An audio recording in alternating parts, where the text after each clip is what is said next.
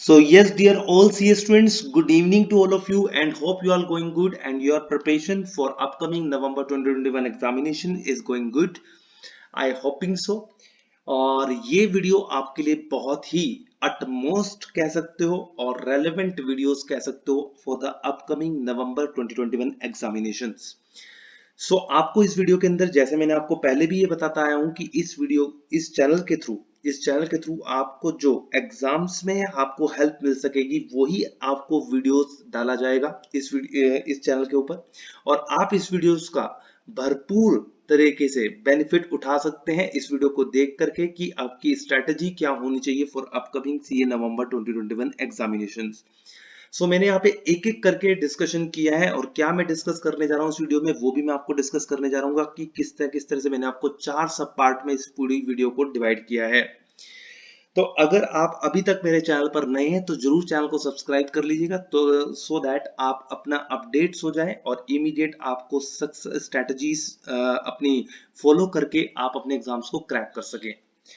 Without wasting your time मैं start करता हूं strategy for upcoming CA November 2021 examination. जैसा कि आपको देखने को मिल रहा होगा ये मैंने strategy for upcoming CA November 2021 examination के ऊपर डिस्कशन की है।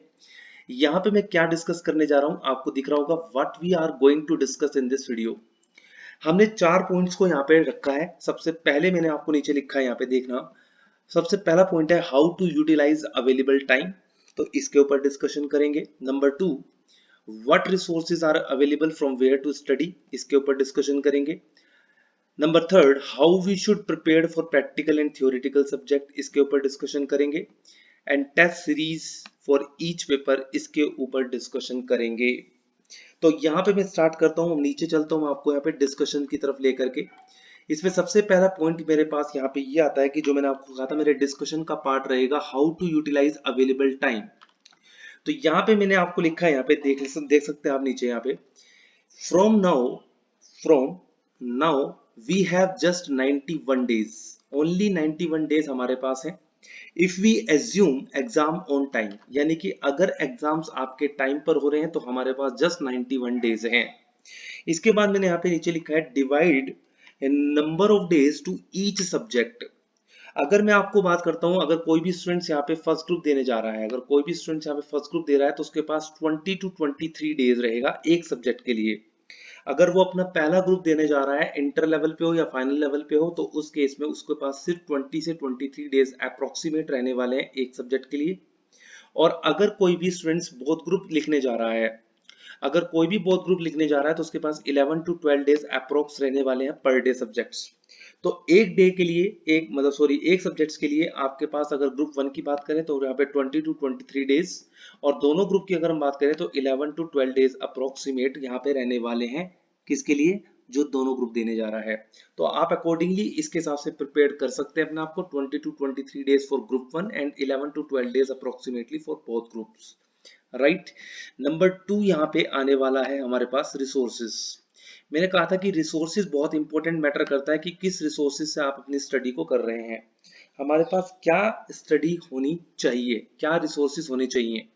I will say from whatever faculty you have taken classes, यानी कि मैंने यहाँ पे लिखा है, देखो मैं एक पूरा सेंटेंस आपको पढ़ा देता हूँ। आई will say from whatever faculty you have taken the classes doesn't matter, do must from ICI practice manual study material for both practical and theoretical.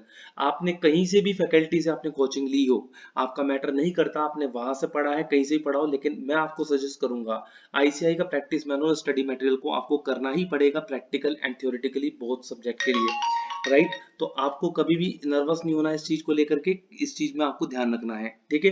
तो ये मेरा है नंबर 2 फैक्टर जिसमें रिसोर्सेज की बात की गई है। I will say from whatever faculty you have taken classes doesn't matter, do must from ICI practice manual study material for both practical and theoretical subject, right. इसके बाद नीचे मैंने आपको लिखा है for MCQ case booklet scenario issued by ICI.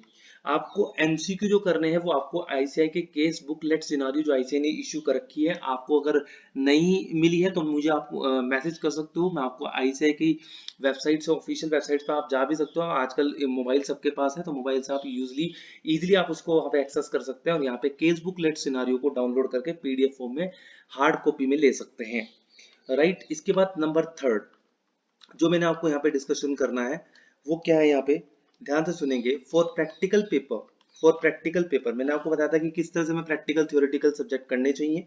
तो अगर practical की मैं बात करता हूँ तो यहाँ पे सबसे पहले मैंने यहाँ पे लिखा है, mark that question in which you are facing problems again and again.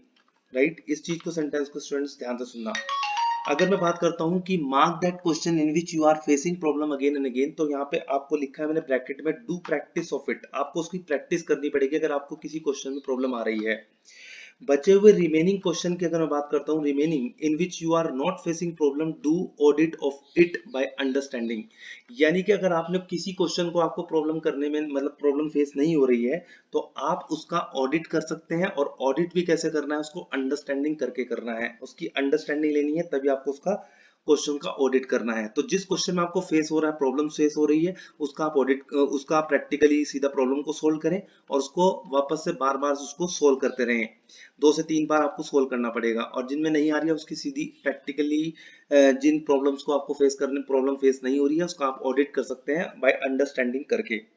इसके बाद फॉर थियोरेटिकली सब पेपर की अगर मैं बात करता हूं तो अगर मैं EIS और SM डायरेक्ट क्वेश्चन की बात करता हूं, तो जहां पे डायरेक्ट क्वेश्चन आए इंस्टीट्यूट पूछता है, वहां पे हमें क्या करना चाहिए, try to learn keyword more and more and revise multiple times. आपको इस सब्जेक्ट के लिए सिर्फ टेक्निकल पॉइंट्स पर ही जाना पड़ेगा। जो टेक्निकल की होती है हमारी, जो कीवर्ड्स होते हैं, उसको उठाना पड़ेगा और बार बार उसको revise and revise and revise करना पड़ेगा। ये रहा हमारा थियोरेटिकल पेपर EIS और SM डायरेक्ट क्वेश्चन का। राइट, इसके बाद हमारा लॉ एंड ऑडिट, जो कि चैलेंजेस होता है। स्टूडेंट्स, आपने देखा होगा ऑडिट का पेपर बहुत चैलेंजेस आ रहा है, इंस्टीट्यूट बहुत ऑडिट के पेपर को चैलेंज कर रहा है। और यहाँ पे हमें बहुत ही ज्यादा स्ट्रॉन्ग तरीके से अपने प्रोविजन को स्ट्रॉन्ग करना पड़ेगा। तो मैंने आपको यहाँ पे ब्रैकेट में लिखा है, strong your provisions applied in case study. जो भी इंस्टीट्यूट हमारा केस स्टडी पूछता है, उसके ऊपर आपको प्रोविजंस अप्लाई करना पड़ेगा स्ट्रांगली बेसिस पे। मैं आपको रेकमेंड करूंगा कि अपने प्रोविजंस को बहुत अच्छे तरीके से आपको करना है। और जो भी केस स्टडी है उसमें कंक्लूजन्स को प्रॉपरली आपको वहां पे फ्रेम करके आना है। इसके बाद मैंने आपको यहाँ पे नीचे लिखा है, try to learn section with relevant proviso and notifications. यानी कि आपको सेक्शन के साथ रेलेवेंट जो प्रोविजो उसके ऊपर एप्लीकेबल है और नोटिफिकेशन एप्लीकेबल है, उसको भी आपको याद रखना है। अगर आप उसको कोट कर देते तो आपका आंसर बहुत ही बेस्ट माना जाता है। इसके बाद आपका आता है ऑडिट के लिए। अगर ऑडिट की मैं बात करता हूं, तो अगर आप वाकई ही ऑडिट के पेपर को, एग्जाम्स को, मतलब इस पेपर को अगर क्रैक करना चाहते हैं, इसकी वजह से आपका ग्रुप नहीं निकल रहा है, तो मान लो मेरी बात, आप 3 चैप्टर स्ट्रांगली मैं आपको रेकमेंड कर रहा हूं। पहले 3 चैप्टर स्ट्रॉन्ग कर लो, इसको ऐसा कर लो कि आपको सिली मिस्टेक नहीं होनी चाहिए। आपका इसके अंदर इतना भी मिस्टेक नहीं होनी चाहिए कि आपको जरी सी मिस्टेक हैवी पेनल्टी दे सकती है।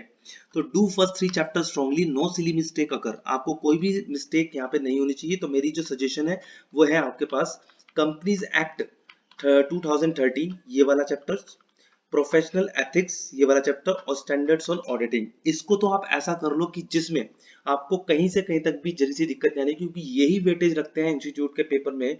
जो आपका पेपर आता है ऑडिट का, उसमें 60 मार्क्स का पेपर भी वेटेज रखता है। राइट, और बचे हुए रिमेनिंग चैप्टर्स की बात करूं, तो रिमेनिंग चैप्टर्स के लिए आप सिलेक्टेड क्वेश्चंस कर सकते हैं और सिलेक्टेड क्वेश्चन के बेसिस पे आप अपने एग्जाम्स में जा सकते हैं। तो ये था मेरा स्ट्रेटजी। आपको होप आपको ये वीडियो जरूर पसंद आई होगी, और इस वीडियो को बार बार जरूर देखना। अपने एग्जाम्स को स्ट्रेटजी डिस्कस करने के लिए बहुत ही एक एक पॉइंट्स मैंने यहाँ पे 4 सब पार्ट में डिवाइड करा है इस वीडियो को। आपको वीडियो जरूर पसंद आई हो तो जरूर लाइक करना, शेयर करना, सब्सक्राइब करना, और चैनल को सब्सक्राइब कर लें अगर चैनल को सब्सक्राइब नहीं किया है। अब प्रेस कर लीजिए बेल आइकन। और टेलीग्राम और व्हाट्सएप ग्रुप पे ज्वाइन करने के लिए डिस्क्रिप्शन में मैंने आपको लिंक प्रोवाइड कर दिया है, आप वहां पे ज्वाइन कर सकते हैं। So thanks a lot and thanks for watching this video.